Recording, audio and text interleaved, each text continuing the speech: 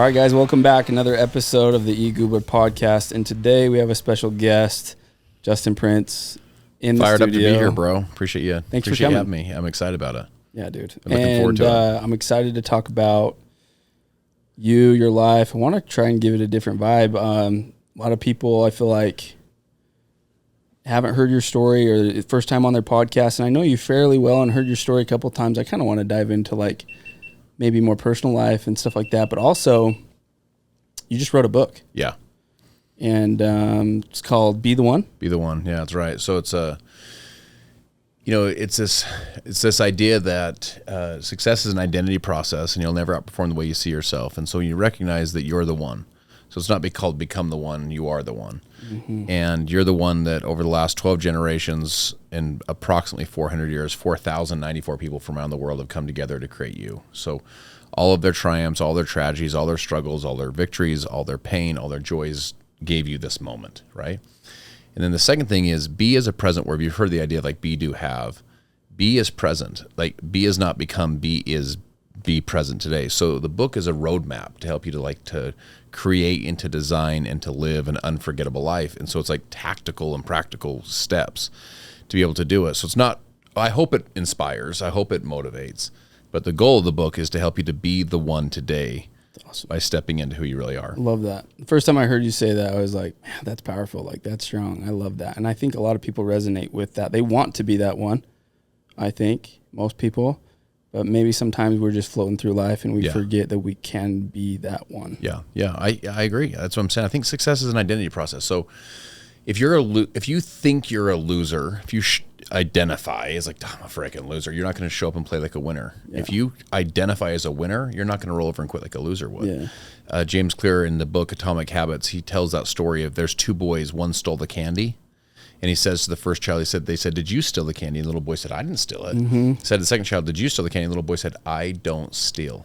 So I didn't steal that particular piece of candy as an action. I don't steal as an identity. And you'll ultimately, over time, be consistent with this identity that you have with yourself. When you realize that your life has value and purpose and meaning, and that you realize that you are the one, not only for that all this heritage has lived and bled and died for, but you realize that you're the one that the future generations can look up in their family lineage and they can say it was her, it was him.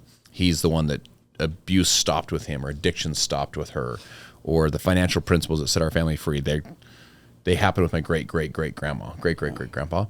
And one thing I'll share with you as you're hearing this podcast. So I love words. I love the roots of words. Like, in other words, where they come from. So like the Latin word of where decision came from. So scission is to cut, and D means off. So an incision, when they built the word, cut in, and a decision cut off. So what that means is you come to a moment in your life where you make a decision. Let's say it's to go right. You cut off all possibilities of going left. Yeah. And I like that. You can decide or make a decision today, even as you hear this and I have this conversation, to like, I'm going to be the one. Yeah. You know what I'm saying? Yeah. Like, starting today, I'm going to be the one. I'm going to be the one. Cutting off that old identity. It doesn't serve you, right? That's right. That starting today, you are the one. And starting today, you start being that one today. Love that. One of the people that I look at right now that's all over the place is Coach Prime on Colorado. I don't know, the coach of Colorado. Mm-hmm. I don't know if you've seen him recently. Yeah, of course. Some of the stuff that he's talking about. Some people have a hard time with him. I love him. I think he's great for college football personally. He's like, I'm a winner. I've always won. That's and everything. Right. It's identity, for sure. It's an identity for him. And it's a personal brand that, I think I saw something today that he sold a few $1 million worth already of his sunglasses that he wears to the game when he's all hooded up and walks out. And I think people resonate with that. They like to see winners, but it's sometimes we see somebody else winning and we're happy for them sometimes. There's the crab in the bucket analogy where you want to pull people down, but I think too often we look at Coach Prime and we say, oh, but he's a celebrity. Well, of course he's winning. He's always won. That's just him. He's got some special gene. But it's not the truth. He just thinks a certain way. He plays a soundtrack in his mind that he is a winner, and anybody can do that. And you're the only one that can choose to do that, is kind of what you're saying too, right? Yeah. Yeah, so listen, Coach Prime is maybe the greatest athlete in the history of mankind. So there's some like talent base there that is really powerful, right? The dude is like ran a 4.2 without stretching out. I mean, the guy was off the charts, right? He was an all-star in 2 sports. He might be the greatest defensive player in the history of football. He might be the greatest football player ever. Yeah. For sure, the greatest corner ever. He'd shut down an entire half the field. So one of the things I teach in the book, I teach a 3C loop, a success loop. And the first one is confidence. And the first C, the idea is that you can't expect others to believe in you if you won't even believe in yourself. Yeah. And have a baseline of confidence. The foundation of your success is believing in yourself. Your confidence will lead to commitment. Because you ask yourself this question, how committed will I be if I have zero confidence this is going to work? Well, not very committed, right? If you're going to the gym and I have zero confidence this is all going to pan out, you're not going to go to the gym very often. If you have zero confidence that the business is going to work, zero, you're not going to be very committed to it. And you want to build, you want to get committed, stay committed, go all in. There's no lukewarm winners. You just got to build commitment, but commitment comes from confidence. Whereas there's no confidence, there's no commitment. And then the confidence leads to the commitment leads to competency. So competency is your skill sets. Yep. So here's the deal. You want to build skill above your talent. Your talent's your floor, your skill's your ceiling. Coach Prime has unbelievable talent. Unbelievable. In fact, he said that the greatest athlete of all time wasn't him. He said the greatest athlete of all time was his cousin that grew up in the hood with him that was strung out on drugs. Yeah. And basically on acid, never made it, on heroin and stuff, never made it through. That dude may have had the talent. So what Prime did, though, is he built skill above the talent. Yeah. Talent's your floor, skill's your ceiling. So he has an identity that I'm a winner, but he's earned that identity by building the skill sets above the talent. He didn't just rely on the speed, rely on the quickness, rely on the instincts. He built all the skills. In fact, if you go back and study him, his studying, what he would do studying-wise, like the film he would watch, was literally unbelievable. Yeah. Here's the most talented dude on the planet that would study meticulously, so he knew triggers, even little like tells, like the way they would put their hands, the receivers, or the way they lined up. He knew it was a run play. He just knew this stuff because he'd studied so intensely. That's skill above talent, right? So what happens is the more competent you become at something, the more confidence you gain in it. The more confidence you have, the more committed you become. The more committed you become, the more you drive the competency. The more confidence that you have, to drive the confidence. Like you think of like you with fitness, or you in your real estate business. If you think back when you first started in real estate, day one, the foundation of your success is just believing, I can do it because I'm going to try. I'm going to give it. I'm a hard worker. I've overcome challenges before. But what do you do if you're listening to this right now and you go, okay, that makes sense to me. However, I don't have the confidence right now in whatever the venture is, right? I don't have a lot of confidence in my faith. I don't have a lot of confidence in my ability to get in the shape I want to get into. I don't have the confidence that I am a winner. Okay, what do I do today? What you do is lean into a fourth C word, which is your courage. So courage precedes confidence. Courage is you do the video before you are good at video. Courage is you start the podcast when you don't feel like you have anything to say. Courage is you start making the first sell by owner calls when you start a real estate career when you don't have anyone to talk to yet in real estate. You start grinding on the phones and you don't even feel like you know what to say yet. That's just courage. It's just raw courage. Courage, if you lean into it enough, will ultimately build confidence, and confidence gets you into the loop, that success loop. So good. I think I read today, Mr. Beast didn't even have 1,000 followers on YouTube for the first 2 years. Like, he wasn't that good. A mutual friend of ours, Dan Markham, I feel like is a great mentor of mine that talks to me about video and video content and YouTube and stuff. Yeah. He's friends with Mr. Beast.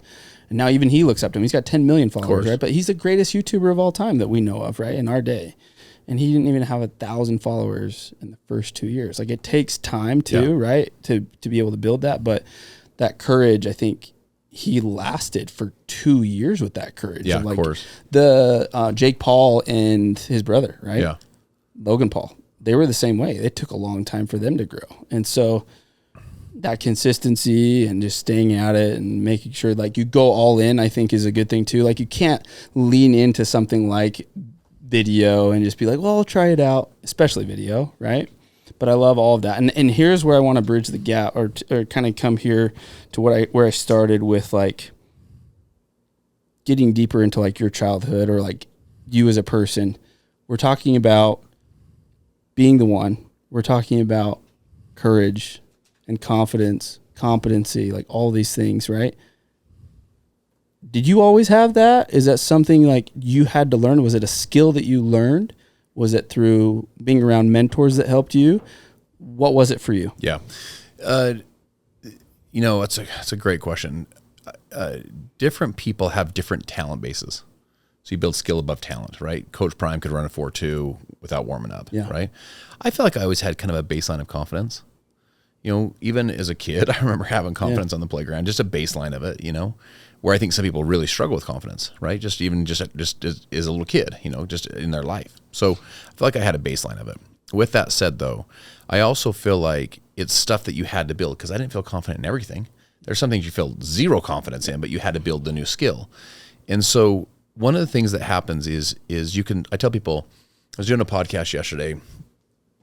Actually, I was doing a men's coaching group yesterday, and the guy said on the men's coaching group, there was probably 80 men on this thing, right? One of the questions was, thank you so much. So one of the questions was, by the way, this is for you, bro. Thanks, man. I appreciate you doing that. Our gift. This is one of the books. It is one of the many books that you printed, but is the book that we're talking about right now. So thank you. Yeah. So this is pre-launch, dude. So pre-launch. Heck yeah. This hits bookstores here in I'll have him sign it. And I'll put it on what is it now? Just eBay or whatever, right. And then I'll pre-sell it to you guys for 3x upsell. Exactly.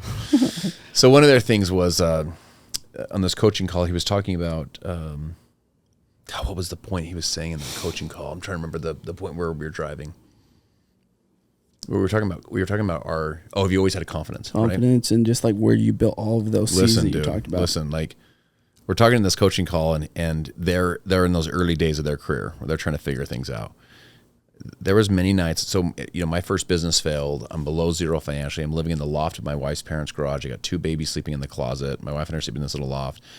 I have 2 part-time jobs. I'm 27 years old. I'm a grown man. I live in the loft of my wife's parents' garage. I'm like, freaking A, dude. I'm below zero financially, back on credit cards, back on taxes. And I remember being pitch black in the room, and I'm like 1 a.m. I go, "Are you awake?" And my wife goes, "Yeah." She goes, "Are you awake?" I go, "Yeah." I go, "Am I crazy? Am I like chasing a fake dream?" Like my confidence was just like, what am I doing with my life? And what happened is, fortunately for me, she was like, "Yo, you got this. Like, keep going." She was encouraging, but you built the confidence over time through keeping commitments to yourself, making and keeping commitments to yourself, having courage. In the book I talk about, there's an old Bible character. It's kind of a hidden character, a guy named Benaniah. There's a book called Mark Batterson wrote a book called Chase the Lion. Mark Batterson's a Christian pastor. He tells a story about Benaniah. Benaniah says he chased a lion into a pit on a snowy day. All right, so let me ask you this question. How many people do you know that chase lions into pits on snowy days? Yeah, none. That's a pretty rare dude, right? So the first lesson is you want to be rare because anything that's rare is more valuable. A diamond that's rare is more valuable. A painting that's rare is more valuable. A friendship that's rare is more valuable. A baseball card that's rare is more valuable. Anything that's rare is more valuable. And if you have courage, you're rare. Yeah. If you have the willingness to chase lions, in his case, the lion's the dream. The lion's the goal. The lion's who you're born to be. Tell people you're not who you are who you were born to be. And so chasing this person that you're put on earth to be. Yeah. Chasing that, most people, when they hear the roar of the dream, they hear the roar of like the calling of their life, they run from the roar or they ignore the roar. What Batterson says is to run to the roar. That's a rare person, right? That's how you build the courage that it takes to run to the roar is how you start to build the new confidence. And the confidence, man, is as I look back, I'm like, even through those failures and times you wanted to quit and times you wanted to give up, you kind of lean back on this idea of like, I think I can figure this thing out. In fact, I'll share this with you. This is good for your anyone listening. My mentor used to say to me, he said, I can't justify this. All these other people can figure something out I can't figure out. Because I'm just in essence too competitive, right? If you're hearing this in your career or in your health or in your faith, there's no way all these other people could have a connection, a spiritual connection that you couldn't build. There's no way that all these other people could get into the physical fitness shape that you desire to be in that you couldn't do. There's no way that all these other people could figure out whatever the business is, whatever the career is, that you couldn't figure out. What's the difference? Is he said, if they were all just women, if they were all just men, if they were all just tall, if they were all just short, if they were all super vivacious in their personality, then maybe you could say, well, you have to have this certain personality to do it. But dude, I've seen people successful that are quiet, some that are really shy. I've seen the people same industry, right? Same industries, and they all can crush it. You know, some are tall, some are short, some talk real fast, some talk real slow, some are analytical, some are more outgoing. I've seen them all crush it. Yeah. So what happens is you start to say, if they can all figure something out, I can figure something out. And that's one of the reasons I wanted to write the book is here's the practical things to do to create and to design and to live an unforgettable life. Like if you do these things, you're going to change your whole life.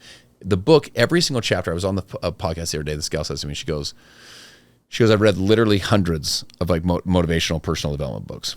And she goes, I've never read a book like this. She goes, this isn't like motivation, just a motivational book. She goes, this is a practical checklist of what to do. And every single chapter is designed to, if you apply just that chapter, it'll change your whole life. And then, but you stack them, you stack the chapters.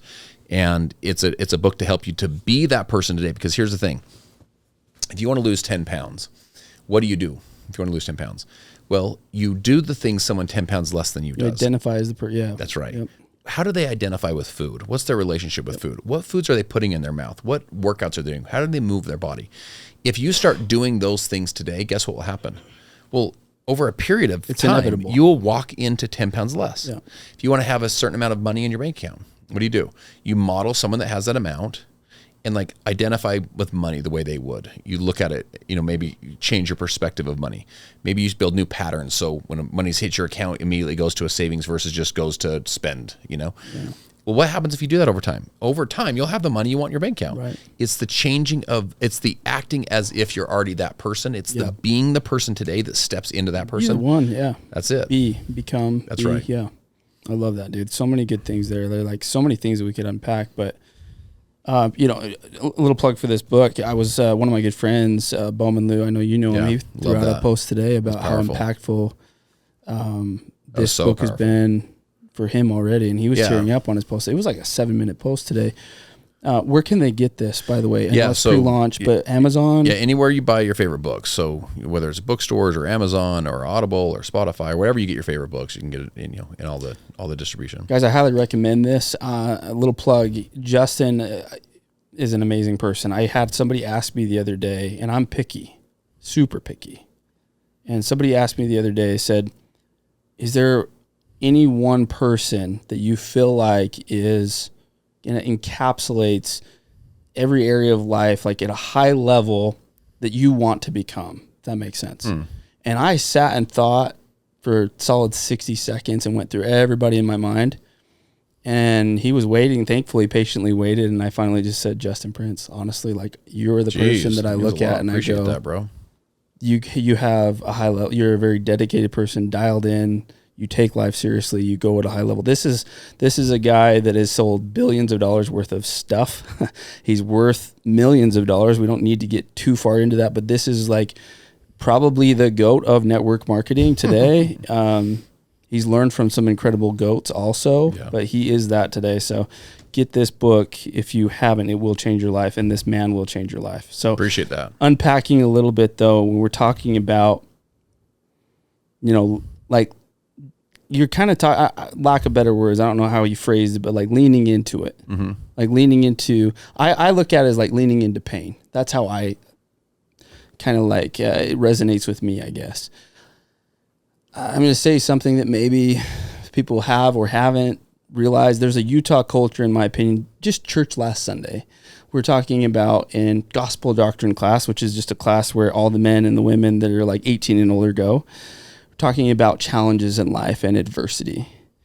And every single comment, I swear, whenever that is talked about in the Utah, we'll talk about like LDS religion, it seems to me like a lot of people will go, I want to be more obedient and do all these checklist things just so I can avoid pain.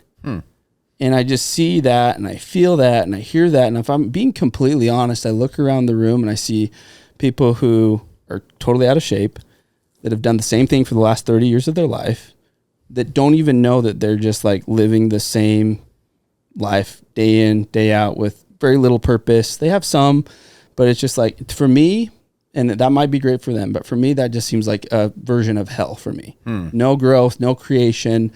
Let's just survive. Let's be obedient so that we can avoid pain in our life.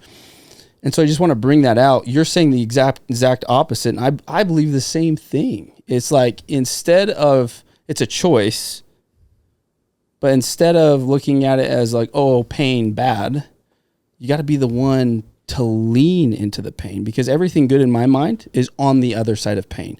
Your pain that you just described was living in your in-laws above their garage or whatever, right?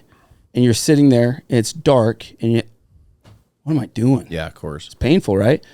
Everything good is on the other side of pain. It's everybody's got that story. Some, not your story, but a painful story, and then they have a choice.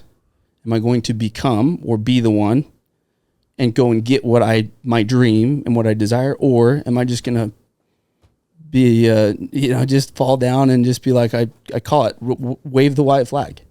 Yeah, it's interesting. There's as I hear you say, there's really two types of pain, ways to think about this. The first way you can think about it is, there's decisions you can make. So again, a decision cuts off all their possibilities, right? There's decisions you can make that that cause a ton of pain to you or to other people, and both either physical pain or emotional pain, or you could screw up a family, you could screw up your life, and there's things you can do to really screw things up. That sucks. You maybe want to be more obedient to not making those mistakes. I get that. Yep. There's a secondary set of pain that you want to lean into, which is the pain that's outside of the comfort zone. So the term comfort zone literally means when you're inside of it, you're comfortable, right? When you get outside of it, you're uncomfortable. What the person that coined the phrase said is, when you get outside of it, your comfort zone expands. And so you can continue to get outside of it. And a lot of the joy of life is through that push through the uncomfort. Yep.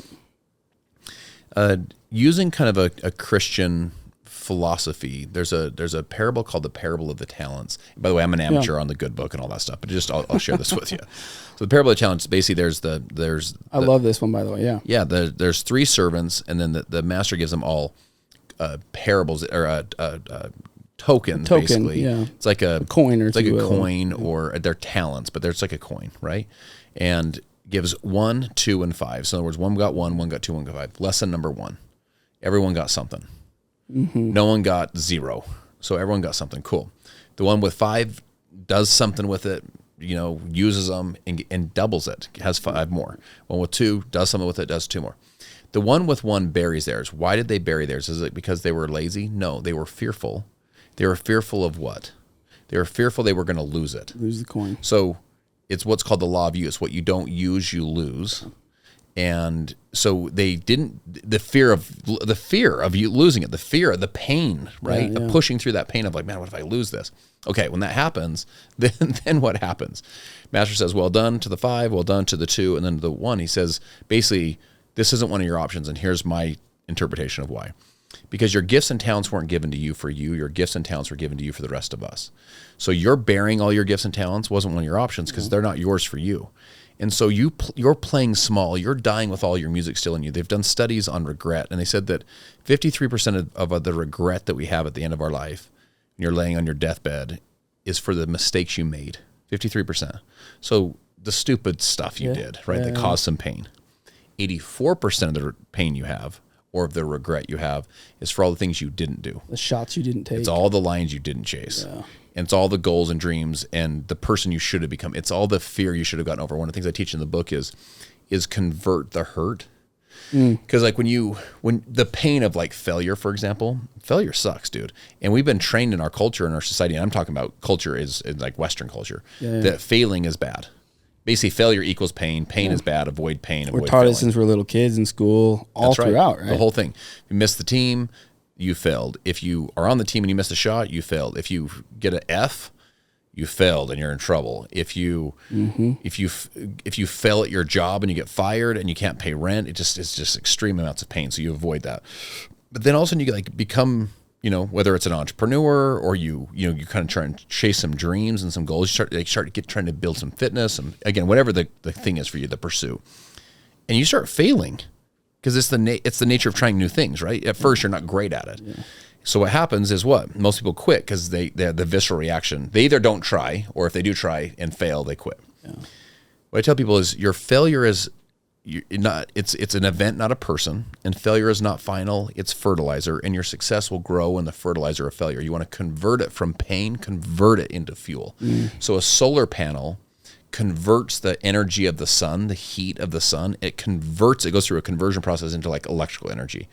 A wind turbine or a water turbine does the same thing. It takes the power of the water and it converts it. A wind turbine does the same thing with the power of the wind. So you want to go through a conversion process where you convert hurt into fuel. You basically say you let it drive your future versus destroy your future. You say, I will guarantee I had people that told me like, you're not going to make it, whatever. I was just like, to myself, I was like, dude, you just freaking guaranteed my success. There's no chance I'm going to let that be the last word. you know what I'm saying? Yeah. It hurt. Yeah. Freaking hurt, dude. But I converted it into fuel. Yeah, into fuel. Yeah, for sure. I love that. I love that so much. It's the same thing can happen with trauma. I say all the time, like trauma can either be transformed or transmitted. So you're going to transform it into fuel, like you're saying. I love that. Or is it gonna transmit that into your kids or future? Like, are you not gonna be the one? Right? Are you just gonna pass that trauma down the line? Yeah. Part of that idea of being the one, I teach a little formula, super simple formula called E plus R equals O. I don't know if I ever shared this with you. I don't think so. E plus R equals O is event plus response equals outcome. Yes. Oh, I've heard that before. Yeah. So three. That's been taught. I read that first, read it in Above the Line by Urban Meyer, but he was quoting someone. There was three insights I would share from that as I kind of process that. The first one is that E doesn't equal O. In other words, the events of your life don't equal the outcome of your life. So in other words, you're not a victim to your events or the outcome of your events because you get to own the R. You're a victor of your R. You get to own the response. So it's event plus response equals outcome. Yeah. Viktor Frankl, who wrote Man's Search for Meaning, he was hauled away into Auschwitz with his family. Yeah, and that's a great book. Oh, it's one of the great literary pieces of all time. So he says in there, he calls it the gap. So imagine you have event and you have outcome. Yeah. The gap is the response. Yep. He said, no matter what happened to me, no matter what they did for me, no matter what they stripped from me, they could never take my response. Yep. He got to own the response. Yep. He got to own the gap. So the second lesson for me is the R is not react, the R is respond. So leaders don't react, leaders respond. You want to be the one in your life that you respond. You're showing up with an intentional life. You're not just reacting. Most people live an entire life of reaction to distraction versus a life of intentional creation. One of the things I talk about, one of the identities I talk about in the book is the identity that you're a creator. So I'll share this real quick and I'll come back to E plus R equals O. If you look at for Jews and Christians, you look at the very first line of the Old Testament, very first line. Very first line says, in the beginning, God, and God introduces himself. He could say, I'm wonderful, counselor, almighty, Father, the whole thing. He says, in the beginning, God created the heavens and earth. What does he say first thing? Hey, welcome to the book. Glad to meet you. Check this out. I'm a creator. I am this. And just so you know, you're in my image. Yeah. So just you're a creator, right? Steve Jobs was from a Buddhist band, so it wasn't from a Christian or Jewish band. Steve Jobs has this famous quote. He says, when you realize that everything around you that you call life was created by some people that were no smarter than you, he says, once you realize that, you realize you can build your own things. And he says, don't just live a life, build one. Or another way to say it is, don't just live a life, create one. My friends, you're a creator. Like you're like starting to realize, I'm going to intentionally create my life. And then in Dubai, they have the Museum of the Future. It's this incredible, unbelievable structure. My friend's in Dubai, right? Mitch Matthews, I think. He's in Dubai right now. Mitch is a stud. So in Arabic, the inscription all around the whole outside is in Arabic of the Museum of the Future. And what it basically says is this. It says, we may not live for thousands of years, but the products of our creation can.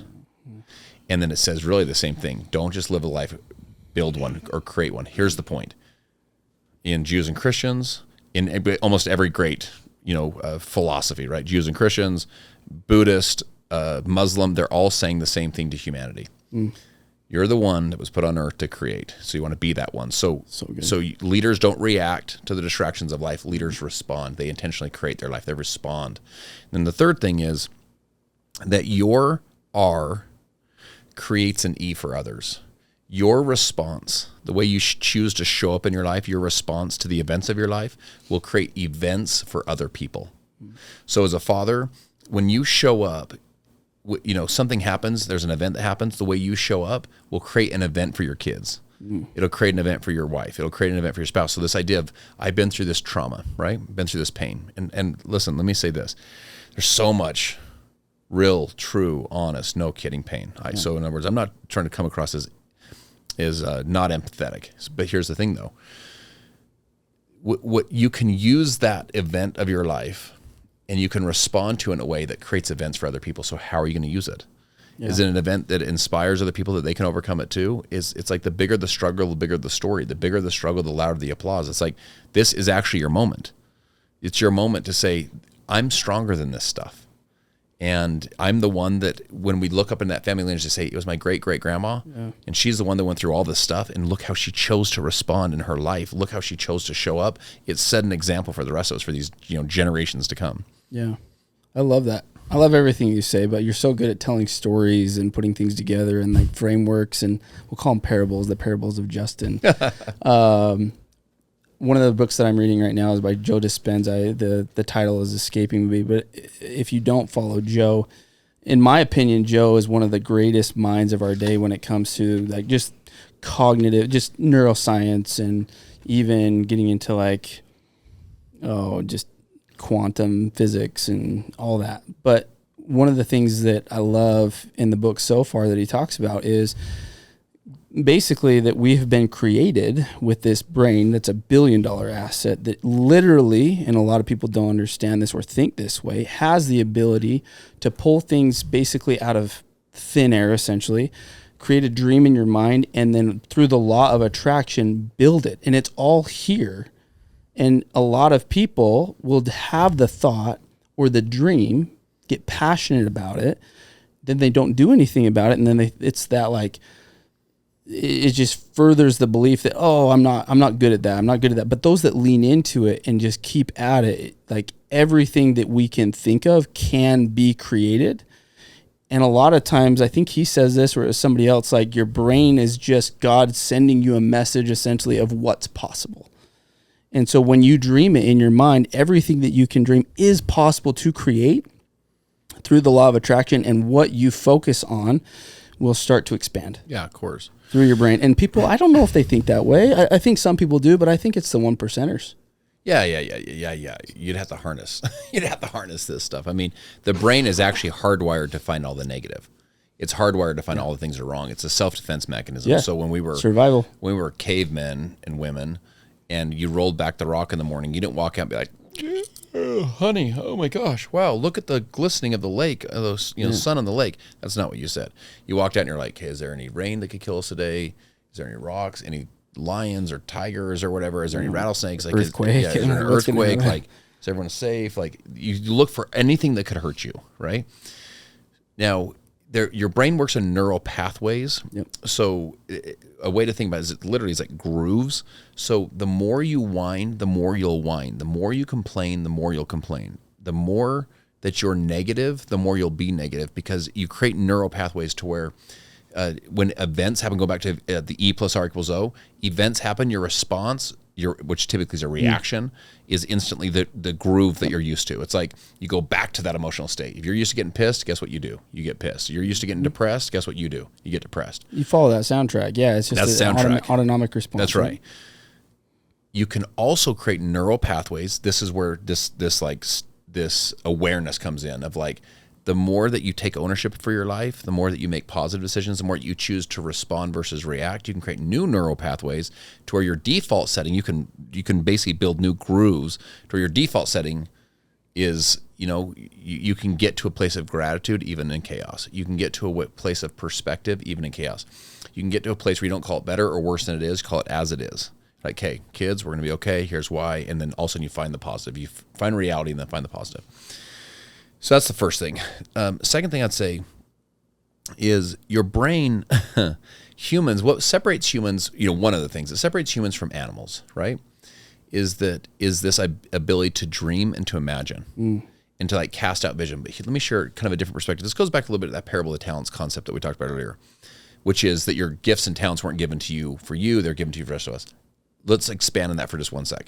Your dreams, I believe dreams are placed. I don't think this stuff's all random. I think this stuff's placed in your mind and in your heart. Your dreams aren't given to you for you. They're given to you for the rest of us. Why? Because your dreams help you to be the one you were born to be. Let me give you an example. I have a friend of mine out in Southern California. Freaking love this guy, dude. I hope one day you meet him. His name's Jaime Molina. His wife, the only person sweeter than Jaime is his wife, Ramona. Sweetest people on the planet. They have 4 beautiful daughters. He works in the financial services industry. Super devout in their Catholic faith. And they make you want to be a better person when you're around them. Like you hope your daughters would marry someone like Jaime, you know? And one of the things Jaime does is he works with the troubled youth in his community just to see if he could help the next generation. So he tells the youth a story about a guy named E9400. So E9400 was born on the border town of Texas, El Paso, border with Mexico in the States. At age 8, he was introduced to alcohol. Started consistently drinking alcohol. At age 9, he was sexually molested by someone 24 years older, became sexually active. At age 14, he was introduced to started consuming and using really hard drugs. At 15, he was a mule for the cartel. At 24, he was convicted of 11 federal felonies and served multiple years in San Quentin. You don't ever want to go to prison. If you're going to go to prison, you want to go to San Quentin. This is like the harshest murderers, harshest rapists. This is a bad place, right? So Jaime tells a story of this, and he says, and by the way, think about this with you and I, or if you're listening. What are the odds that, he goes, what do you guys think the odds are of what happened to E9400? So 8 years old, alcohol, 9, you're molested, you become sexually active at 9, dude. At 14, you're on really hard drugs, 15 in a mule for the cartels, then you're in San Quentin. I mean, just like, are you dead? Is he alive? Is he in prison? Is he an alcoholic? Is he under the viaduct somewhere? Is he strung out on drugs? Is he back dealing drugs? Like, what are the odds here? Is he back in prison somewhere? Is he living his best life? Like, if we did a poll, we'd be like, this isn't looking good, right? So one day Jaime says to the kids, he goes, would you guys like to, because remember I told you guys about E9400? They go, yeah. He goes, I brought a special guest today. They're like, no way. Because he's out in the hallway. So he goes out, he walks out, closes the door, comes walking in, shuts the door, and walks up to the front. He's all by himself. He walks up and he says, I'm E9400. And so I tell people, you are not what you did, but you are what you repeatedly do. And you are not who you are who you were born to become. E9400 was Jaime's identity when he was in San Quentin. That was his prison number. So for many years of his life, he was E9400. That was his identity. Oh. But that's not who Jaime Molina was born to be. He was born to be Jaime, this devout father, this so cool. Really devout man in his faith, this devout husband to Ramona, father to these 4 kids, this successful businessman in his financial services business. Like, that's who Jaime was born to be, the man that's helping the next generation of kids to help them understand who they really are born to be. Because remember, we all make mistakes. So you are not what you did, but you are what you repeatedly do. One of the things I teach in the book is the habits and the patterns. The challenge with habits is they're habitual. That's why they're called habits, right? So habitual basically means we repeat them all. We repeat them a lot, right? So the challenge is, going back to what we talked about earlier, most people, they have a dream and a goal and a vision, but their habits are, Maxwell says it this way, John Maxwell, the forward for my book, he says they have uphill hopes and downhill habits. So in other words, the habits, they habitually do the wrong things. I tell people, you're not what you did. We all make mistakes, but you are what you repeatedly do. On the flip side, if you have dreams and goals, you can build habits that literally will become the default to where your default setting is the right stuff. So like today, I'll give you an example. Today's my birthday, right? I didn't know that. Happy birthday. So today's my birthday. Man, we have Justin on the podcast on his birthday. You didn't have to say yes. I'm glad you did. Super honored to do it. That's so cool, man. Super honored to do it. So, and he gave me a gift on his birthday. Yeah. So one of my buddies says to me, he goes, dude, what have you been up to for your birthday? And I was like, I did the same thing, meaning I woke up, I stretched, I did the habits. My habits, just leaning. Those are your non-negotiable defaults. habits. Those are defaults. I was at the gym. I came home and ate my healthy meals. Like it's your default setting is. It's not like it's like more text. Now it's birthday, dude. So now I'm gonna just fall apart. No, dude. Like you build the default is actually the right stuff versus. So it'd be weird for me to do. To not do the pattern. Yeah. Does that make sense? Yeah. So your identity might be an E9400 for you, whatever that looks like for you. Maybe it's not a prison number, but it's a prison internally. Yeah. That's not who you are who you were born to be, And you can update this. You can update these identities and truly be the person you're born to be. Yeah, that's so good. And I like the story about it. Was E9400? Is that what he calls himself now? Well, that was his prison number. That was his prison number. So I think about that one, and I love the idea that he gave people permission. I mean, how many people have that story? How many people have that deep of a hole to climb out of and make it work and do it and then become the person that he is today? Yeah. But he just gave everyone in this world permission that it's possible. Yeah. And that's what I love about people that do become the one, that go after their dreams, that are people they're inspiring to other people. They give others permission to do incredible things with their life. And I think there's something about human nature that we sometimes need to see it first. We need to see that, hey, it's possible, because then it gives me permission to go do the same thing. It goes back to what you're saying. Here's the framework. Here's the recipe. They did it. Let me go hang around them. That's right. I can do it too. Yeah, so check this out. So when I say success is an identity process, there's two ways to think of this. One is the personal identity you see yourself, but there's the second part. Success is an identity process of identifying with other people and creating identity. There's basically two ways to do it. One is you say, I want to be, it's an aspirational identity. I want to be like them when I grow up. Like, man, I really like, you watch a speaker on stage. Golly, that was so inspiring. Another way to look at it is where you say to yourself, if that freaking person can figure this thing out, watch this. Yeah. You know what I'm saying? Like, they did it? Are you kidding? Yeah. It's still identity. You're still you're identifying with their story, right? Yeah. The second part is this. One of the reasons I'm so passionate about books, like one of the reasons I want to write this book, one of the reasons I know this book's going to change so many people's lives, around the world, is because a book you can take 20, in this case, 40 and now 43 years of someone's life, and you can compile it into something someone could read in a couple of days, in a week. 43 years, like $2.5 billion in revenue, millions of customers. We paid out well over $1 billion in commissions. Like, I built multiple multi-million-dollar. In other words, like, you built a life that is kind of you've done some interesting things and it's some decent levels, and it's all in the book. And it's all these success principles that you can learn to use, and literally in a week you can have those in your mind. I tell people, and this is a good thing for this podcast, never leave the site of inspiration without taking action. Yeah. So this podcast, God, that was good. That was good. This was, when Eric said that really hit me.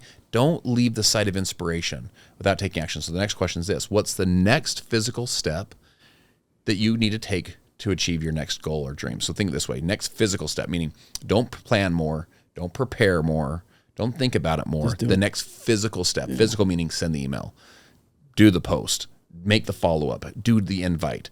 Yes. Go tell your kids that you love them, and give them a 10-second hug and say, listen, don't just send them to school. Just like, hey, I love you, see you later. No. Go give your kid, next physical step that you need to do to move closer to your dream, closer to your goal. That creates momentum. Momentum's a secret to business. It's a secret to life. That forward momentum, when you get there and you do that, what do you do next? The next physical step, and to start creating so you don't leave the site of inspiration without taking action. Yeah, and you're creating that habit too, right? That's right. How to do that at a high level. That's so good.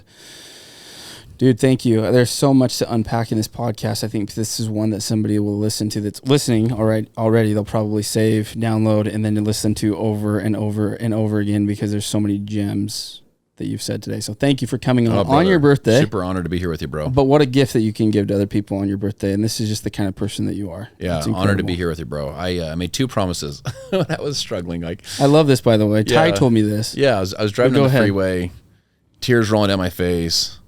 I'm below zero financially, back on credit cards, back on taxes. I'm driving my white Toyota Corolla, 250,000 miles on it. I have 2 part-time jobs. I'm like, gosh, dang. I have another business I'm trying to start. And driving down the freeway, and I remember I was having a conversation literally out loud with myself, but it was really a conversation I was having with God. I was just having this this process, I said, if I ever become successful, I promise God, I was like, listen, if I ever become successful, I promise I won't forget what it feels like to struggle. Yeah. Like when you're struggling, you can feel every swallow. You can feel the gulp in your throat. You feel a weight on your chest. It's the most interesting thing, like every single pressure of your chest, And it never quite leaves you. You just you feel the pressure all the time. When you got a big smile on your face, you still feel the pressure. And I said, if I ever become successful, the promise number 2 was, I'll do everything I can. I promise. I'll do everything I can to help other people achieve their dreams and achieve their goals as I possibly can. So for me, coming here, hanging out with you, learning from you, hopefully sharing some things that add value to your audience, the book for sure, are ways that help me fulfill that second promise, you know? That's so cool. I think, last thing I'll say, the thing that I love about that in the story is now you're making a commitment. Yeah, you could call it a commitment covenant. Some people say in Utah, whatever, but with God. But the thing that I love about that and that maybe it's a narrative, maybe it's a story. But I think the story there is still a belief system that you have a higher power on your side. If you think about it, and I think about this all the time, and I want to share this with the listeners right now, is think about the most powerful person in the universe. Well, that's God. So if you can pull him on your side to your vision, to your purpose, now you have all the power in the universe, right? And he wants to.